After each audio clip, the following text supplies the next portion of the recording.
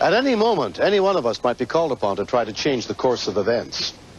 We begin in Texas City, Texas on April 10th, 1994, where Candy and Arnold Sanchez had come with their family, expecting to spend a relaxing day at the beach. How are you guys feeling? Are you hungry? Are you hungry, baby? How about you, Betty? Are you hungry? Since it was windy, my brother had tied the float to the truck so that the wind wouldn't take it. You guys eat all your lunch? Then he said, the float, no one touch it. So we knew, everybody knew not to touch it. ¿Dónde están las tortillas? I didn't bring tortillas. ¿Por qué no, mija? Tortillas on those bologna sandwiches, Ralph. I had told my son, little Arnold, and Martin, my nephew, I don't go into the water because I don't know how to swim. Arnold Jr. is very nice. We like to build puzzles a lot, and we like to play basketball. You're gonna go check out Selena. Check out what? Selena? Oh. I feel bad because we probably had no business going in the water without permission.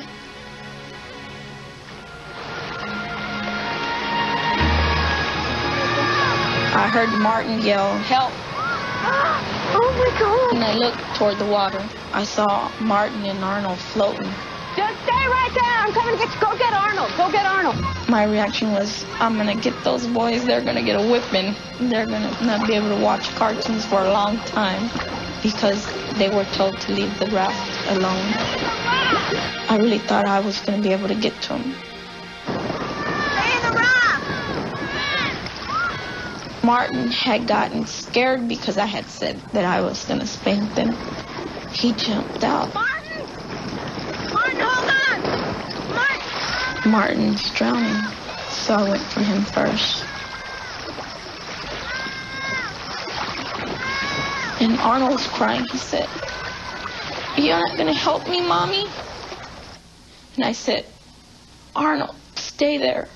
We're going to get help. Arnold Sr. tried to swim out to his son. I took off at an angle. I figured I could swim out there and catch him before he went too far.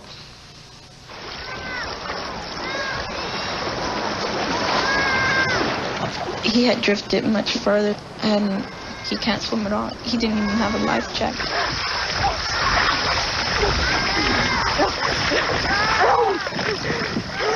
What was going through my mind was that I wasn't going to reach him.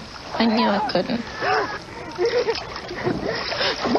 It was real hard because I watched my son just float away from me.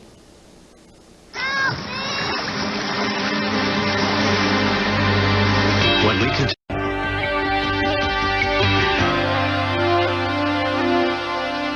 6-year-old Arnold Sanchez Jr. was being swept out to sea on a small rubber raft by swift currents.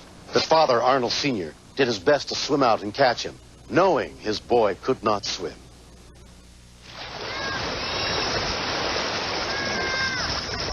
Seemed like the closer I tried to get, the further he was getting. He was reaching out his hands, crying, calling for me to go get him, and we couldn't reach him. Arnold's uncle managed to flag down Joel Herrera, who was driving by with his boat. He was very excited, and he said, my little boy's out in the water. I looked out into the bay and saw that the boy was headed out there. It was very windy that day, and you could hear him screaming. He was scared.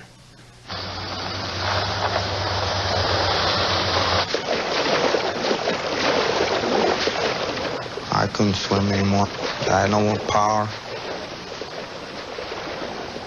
If I lost him, I couldn't live with myself.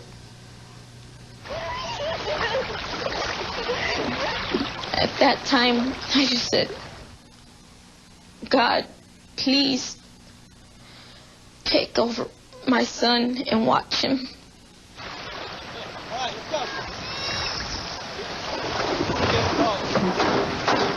What's wrong? Joel's brother-in-law, John Matthews, also came over to help. The boat was jammed in reverse, so, I went out to the boat to see what the problem was. I really didn't think it was that bad yet. I thought as long as he's in the raft, he's okay. Oh, my God. Finally, the wind had gotten so great that it overturned the raft and the boy went down. You could tell he was struggling to stay up until he couldn't anymore. When he went down, I could hear people in the background saying, "He's gone, he's dead." I thought I lost my son. When I couldn't see his hands anymore, I thought that was the end of the world already. I knew we had a really bad situation. I quit messing with the motor and decided to go ahead and go with reverse. Reverse is better than not going at all. I could hear my husband say, "God, don't take my only son. I love him.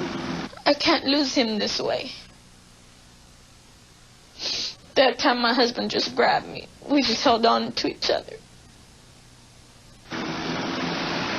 All I seen was the raft tumbling across the water. Didn't see the child. The things that were going through my mind was they're going to get rescue divers out here to catch the body or whatever, because I knew we wasn't going to find him. My heart sped up. I just thought of the worst, that he was gone, but I didn't give up the hope that we may have the chance to find him. I just kept searching the water. It's more or less like trying to find a needle in a haystack.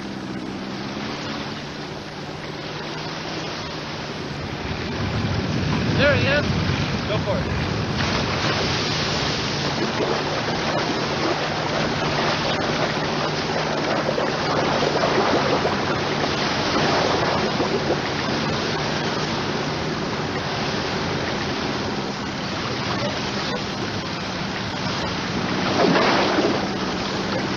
I've never pulled a dead person out of the water, but now I know what it feels like. Just a limp, wet body. And that's all it was. I got him. I got him. Hang on there, buddy. It was like a dish rag when he handed him to me. There was no life in the little boy's body at all. I didn't think they were going to find him. But God was with us that day. Because he brought my son up from that water. There was no pulse, and he was foaming real bad. So I turned him over to get the water out. Then I started to give him the CPR. Come on. There it goes.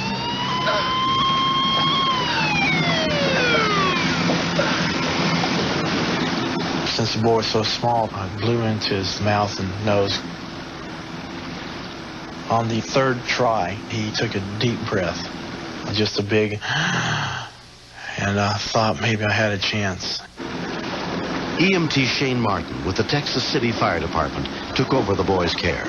Anytime in a near drowning, you're worried about brain damage from being under too long. It was obvious he had water in his lungs because of the lung sounds.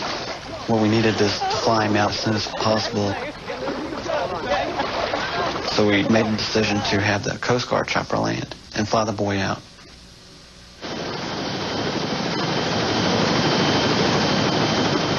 Six-year-old Arnold Sanchez was taken by Coast Guard helicopter to the University of Texas Medical Branch at Galveston, where Michael Hurd was the head nurse on duty. He was extremely combative, so he was without oxygen to his brain for some time. He did have some sounds that indicated that he had fluid of some sort in his lungs, and that can only get worse if we don't pay attention to it. Mr. and Mrs. Sanchez, please come in. I'm Dr. Barrett. How are you? I wanted him to look at me and say, "Mommy, don't worry, I'm going to be all right." But he couldn't.